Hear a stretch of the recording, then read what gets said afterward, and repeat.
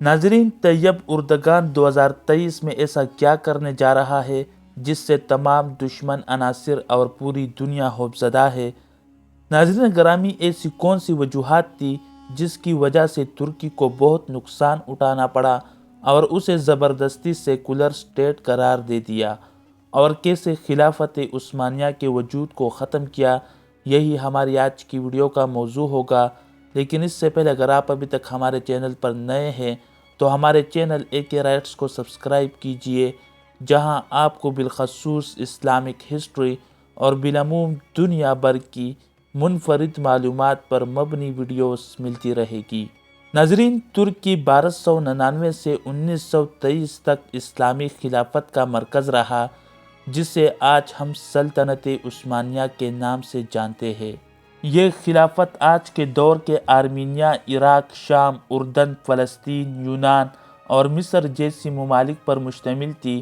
سلطنت عثمانیہ کے خاتمے کے بعد ترکی مصطفیٰ کمال اتاترک کی قیادت میں بتدریج دین اسلام سے دور ہوتا گیا۔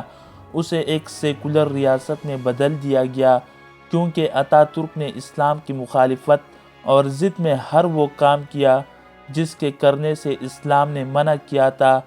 1923 میں پہلی جنگ عظیم کے بعد سلطنت عثمانیہ کے مخالف اتحادی فوجیں، جس میں فرانس، جرمنی اور برطانیہ شامل تھی، انہوں نے زبردستی ترکی کے ساتھ ایک معاہدہ کیا جس کی مدت تقریباً 100 سال تھی، جسے معاہدہ لوزان کا نام دیا گیا۔ ناظرین گرامی، اس معاہدے پر دستخط کرنے والے مصطفیٰ کمال اتاترک ہی تھا، جس کے مطابق 3 براعظموں پر پہلی خلافت عثمانیہ کو ختم کر دیا گیا۔ اس کے تمام وسائل سے دستبرداری کا اعلان کرنے کا کہا گیا، جس کے نتیجے میں تقریباً 40 ملک وجود میں آئے۔ موجودہ سلطان کے تمام اثاثوں کو ضبط کر لیا گیا اور سلطان کو اس کی فیملی سمیت ترکی سے جلا وطن کر دیا گیا۔ اسلام اور سلطنت عثمانیہ پر پابندی لگا کر ترکی کو ایک سیکولر سٹیٹ قرار دیا گیا۔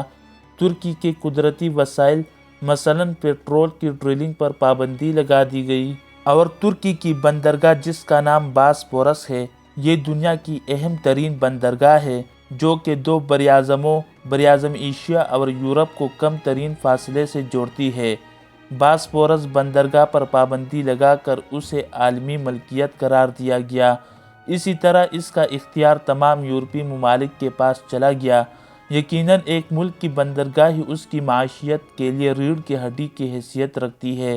اس معاہدے میں ترکی پر پابندی لگا دی گئی کہ وہ اس بندرگاہ سے کسی بھی قسم کا کوئی بھی ٹیکس نہیں لے سکتا، گویا ترکی کو 100 سال کے لیے ہاتھ باندھ کر ایک سائیڈ میں بند کر دیا گیا۔ ناظرین گرامی، معاہدہ لوزان کی مدت 100 سال تھی، جو کہ 2023 میں ختم ہونے والی ہے، اور جیسے جیسے 2023 قریب آتا جا رہا ہے، ویسے ہی دشمن عناصر کی نیندیں حرام ہوتی جا رہی ہے، کیونکہ اس معاہدے کے ختم ہوتے ہی ترکی اپنے تمام وسائل حاصل کر لے گا اور پوری دنیا میں اپنی عالمی حیثیت کو منوانے کے لیے جو چاہے گا وہ کرے گا۔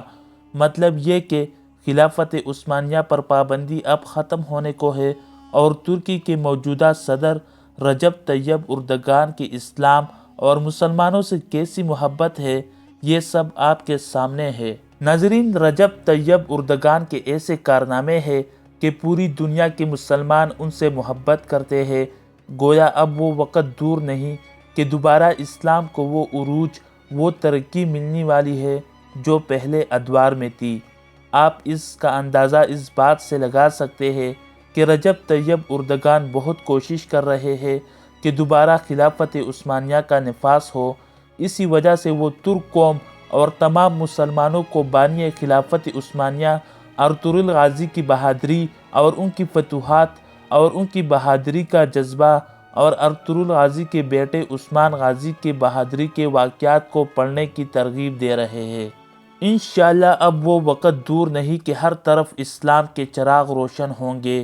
یقیناً وہ کیسا پیارا منظر ہوگا کہ ہم اپنی آنکھوں سے خلافت عثمانیہ کو دیکھیں گے۔ اللہ کرے خلافت عثمانیہ کا قیام بہت جلد دوبارہ ہو اور مسلمانوں کو عروج اور ترقی ملے۔ ناظرین، اسی امید کے ساتھ ہمیں اجازت دیجیے کہ آپ کو ہماری ویڈیو پسند آئی ہوگی۔ ملتے ہیں بہت جلد ایک نئی ویڈیو کے ساتھ۔ اللہ رب العزت آپ کا حامی و ناصر ہو۔